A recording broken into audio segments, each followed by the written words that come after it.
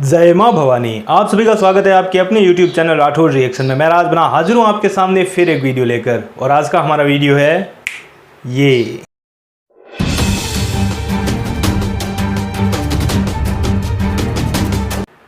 अभी दूरदर्शन पर महाभारत और रामायण प्रसारित हो रही है और मुझे पूरी उम्मीद है आप सब वो देख रहे होंगे, और अगर नहीं देख रहे हो तो वक्त निकाल कर ज़रूर देखिए। कल ही रामायण का समापन हुआ है और कृष्णा शुरू होगी। लेकिन ये सब बातें मैं क्यों कर रहा हूँ, क्योंकि आज का जो टॉपिक है वो भी महाभारत से संबंधित है। महाभारत में एक विशेष भूमिका थी भीष्म पितामह की। भीष्म पितामह को भीष्म क्यों कहा जाता है, क्योंकि उन्होंने एक भीष्म प्रतिज्ञा की थी और उसे उन्होंने पूरी जिम्मेदारी के साथ निभाया था। तो आज का हमारा टॉपिक भी उसी से संबंधित है। चलिए शुरू करते हैं। जिस तरीके से द्वापर युग में भीष्म पितामह ने प्रतिज्ञा ली थी, उसी तरीके से हमारे राजस्थान में भी एक भीष्म हुए हैं। उन्होंने भी उन्हीं की तरह एक भीष्म प्रतिज्ञा ली थी, जिनके बारे में बहुत कम लोग जानते हैं। तो आज की वीडियो में हम उन्हीं पर चर्चा करेंगे। 1395 ईस्वी में राणा लाखा और महारानी लाखमदेव के घर में एक पुत्र ने जन्म लिया, जिसका नाम चुंडा रखा गया। चुंडा बचपन से पराक्रमी तो थे ही, साथ ही साथ अपने पिता के प्रति उनके हृदय में जो प्यार और सम्मान था वो अद्वितीय था। वो अपने पिता के लिए कुछ भी करने को तैयार थे। धीरे धीरे समय आगे बढ़ा और चुंडा बड़े होने लगे। एक बार वो अपने पिता के साथ छत पर खड़े थे, तभी सामने से कोई बारात जा रही थी। उस बारात को देखकर उनके पिता ने एक श्वास छोड़ी, तो चुंडा को लगा कि शायद पिता के मन में अभी भी विवाह को लेकर मोह है। तो उन्होंने एक निश्चय किया कि मैं अपने जीवन में अपने पिता की ये इच्छा अगर पूरी नहीं कर पाया तो फिर मेरा जन्म व्यर्थ है। लेकिन उन्होंने उनसे खुलकर बात नहीं की, क्योंकि पिता और पुत्र में चाहे कितनी भी प्रेम, कितना भी आपसी घनिष्ठता हो, लेकिन कुछ बातें हैं जो पिता पुत्र आपस में खुलकर नहीं कर सकते।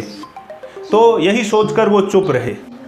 कुछ दिन बाद मारवाड़ मंडावर के राव रणमल अपनी बहन हंसा कंवर का रिश्ता चुंडा से करने के लिए मेवाड़ पहुंचे, और जब उन्होंने लाखा से राजकुंवर और हंसा के विवाह की बात की तो लाखा ने एक हंसी मजाक के तौर पर यह कह दिया कि हाँ, हमें पता है कि आप कुंवर से ही विवाह का रिश्ता लेकर आए हैं, मेरे से थोड़े लेके आए हैं, मैं तो अब वृद्ध हो चुका हूँ।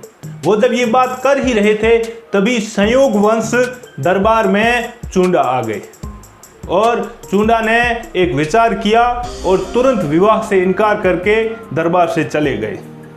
फिर उन्होंने राव रणमल को एक संदेशा भिजवाया और कहा कि हम आपसे एक भेंट करना चाहते हैं।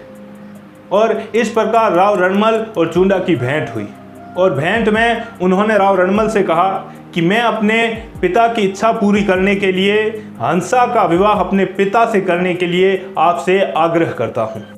यह बात सुनकर राव रणमल एकदम से उठे और उन्होंने बिल्कुल मना कर दिया। फिर उन्होंने बहुत आग्रह किया, लेकिन फिर भी वो नहीं माने। फिर एक चारण कवि थे राव रणमल के, उन्होंने एक शर्त रखी राणा चुंडा के सामने कि भाई जो भी हंसा और लाखा के जो पुत्र होगा वही उत्तराधिकारी बनेगा, आप नहीं बनोगे।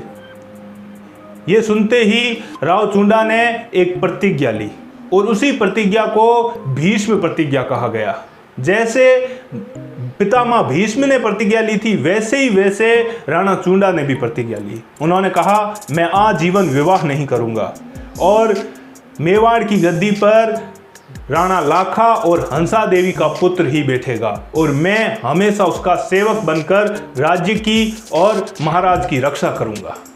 फिर राणा लाखा और हंसा कंवर का विवाह हुआ, और उनसे राणा मोकल नाम का पुत्र उत्पन्न हुआ, जो बाद में महाराज बने, और राणा चुंडा हमेशा उनकी सेवा में रहे। राव रणमल मेवाड़ पर अपना राज्य स्थापित करना चाहते थे, तो उन्होंने अपनी बहन हंसा कंवर को उकसाना शुरू किया, उनके कान भरने शुरू किए, क्योंकि उन्हें पता था कि मेवाड़ पर राज्य स्थापित करने में जो राणा चुंडा है बहुत बड़े रोड़े हैं। तो उन्होंने अपनी बहन को ये कान भरे कि आप कुछ भी करके जो राणा चुंडा है इन्हें निष्कासित कीजिए राज्य से, क्योंकि हो सकता है आने वाले समय में वो मोकल को राजगद्दी से उतार कर खुद वहाँ बैठ जाए।